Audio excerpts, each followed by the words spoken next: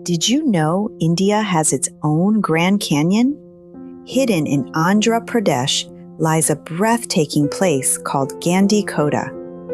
Over thousands of years, the Pennar River carved a massive canyon through these rocky hills, creating one of the most dramatic landscapes in India. Right beside this canyon stands the powerful Gandikota Fort, built more than 800 years ago.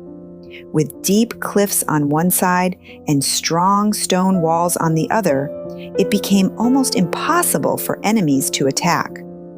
That's why Gandikota is known today as the Grand Canyon of India.